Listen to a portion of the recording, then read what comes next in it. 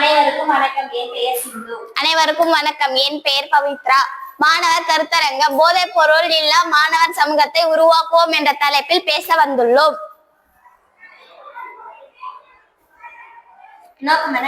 போதைப் பொருள் பற்றி உண்மை தகவல் நீங்க தெரிஞ்சுக்கணும். அப்புறமா போதை குடிச்சா அதை பாதிப்பு என்னென்ன வரும் தெரிஞ்சுக்கணும். மாணவர்கள்கிட்ட விழிப்புணர்வு ஏற்படுத்தணும். ஏன் இது மாணவர்கள்கிட்ட விழிப்புணர்வு ஏற்படுத்தணும்? ஏன்னா பெரியவங்க கிட்ட சொன்னா இந்த காலை வாங்கி இந்த காலை விட்டு போயிடுவாங்க. சின்ன பசங்க கிட்ட சொன்னா நம்ம ஒருத்தர்கிட்ட சொன்னா போய் அவங்க 10 பேருக்கு பரவுவாங்க. அதனால மாணவர்கள்கிட்ட விழிப்புணர்வு ஏற்படுத்தணும்னு சொல்றாங்க. போதைப் பொருள் இல்லா வளாகம் உருவாக்குதெல்லாம் நம்ம இருக்கிற இடம் போதைப் பொருள் இல்லாத இடமாக இருக்கணும். போதைப் பொருள் என்றால் என்ன? போதைப் பொருள் என்னன்னா உடலையும் மற்றும் மனதையும் பாதிக்கும் பொருளை தான் போதைப் பொருள்னு சொல்றாங்க. நீ ஒரு தடவை இதை குடிச்சேன்னா அதுக்கு பழக்கமாகி அடிமைத்தன்மை ஆயிடுற. இத சட்டவிரோதமா போதைப் பொருள் பயன்படுத்துறது தப்புன்னு சொல்றாங்க. அது மட்டும் இல்லாம தவறான மருந்தாகவும் பயன்படுத்துறாங்க. உதாரணத்துக்கு புகை பிடிக்கிறாங்க, மது குடிக்கிறாங்க, கஞ்சா பயன்படுத்துறாங்க. அது மட்டும் இல்லாம போதை மாத்திரையும் இப்ப பயன்படுத்துறாங்க.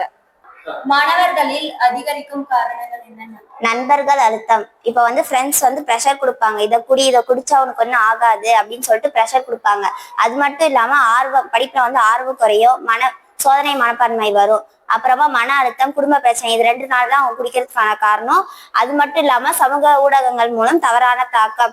அவங்க சோசியல் மீடியா, யூடியூப் இதெல்லாம் பார்த்து அதுல அவங்க குடிக்கிறது இதெல்லாம் பாக்குறதுனால இது சொசைட்டில இருக்கா, நம்மளும் இதை ட்ரை பண்ணி பார்க்கலாம் அப்படின்னு சொல்லிட்டு அதனாலதான் அவங்க குடிக்கிறதுக்கான முக்கியமான காரணம்.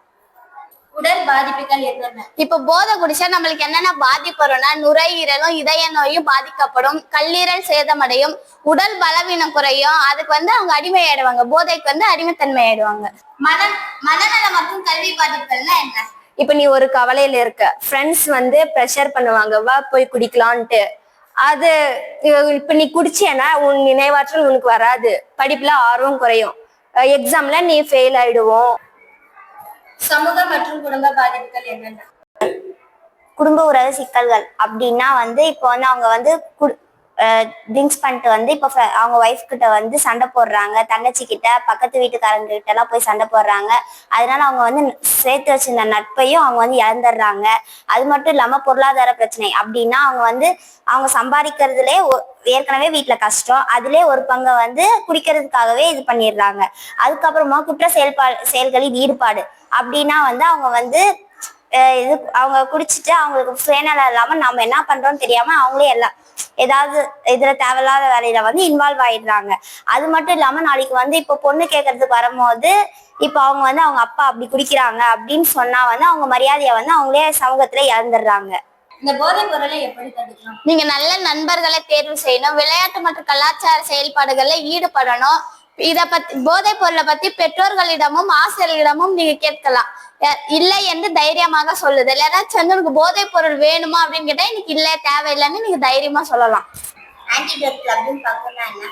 இப்ப பல ஸ்கூல்ல போதைப் பொருளை பத்தி விழிப்புணர்வு பசங்க கிட்ட சொல்றாங்க. அத பத்தி நிறைய ஸ்கூல்ல நிகழ்ச்சியும் நடத்துறாங்க, ஆலோசனை முகாம்கள். இப்போ உனக்கு போதைப் பொருளை பத்தி உனக்கு கட்டுரையோ இல்ல போஸ்டராவோ உனக்கு தெரிஞ்சதை போய் போட்டியில சேர்ந்து நீ கலந்துக்கலாம். சமூக சேவை நடவடிக்கைகளை என்னன்னா, இப்ப நீ குடிக்கிற, நான் இந்த மாதிரி பண்ணாத, உனக்கு மறுவாழ்வு வேணுமானா மறுவாழ்வு மையம் ஒரு ஹாஸ்டல் மாதிரி இருக்கு, அங்க போய் நீ தங்கி நீ பழையபடி எப்படி இருந்தியோ அதே மாதிரி வரலாம். இப்ப நீ போதைப் பொருள் பயன்படுத்த கூட நீ அங்க விட்டுடலாம், அந்த மாதிரி சொல்லி தருவாங்க.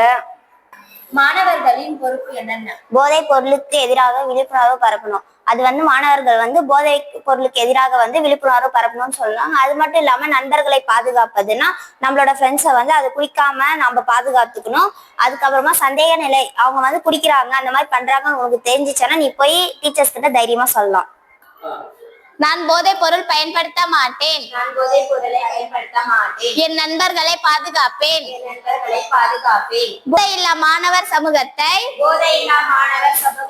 உருவாக்க உறுதி செய்கிறேன். போதையில்லா மாணவர் வலுவான இந்தியா. இன்றே மாற்றத்தை தொடங்குவோம். நன்றி.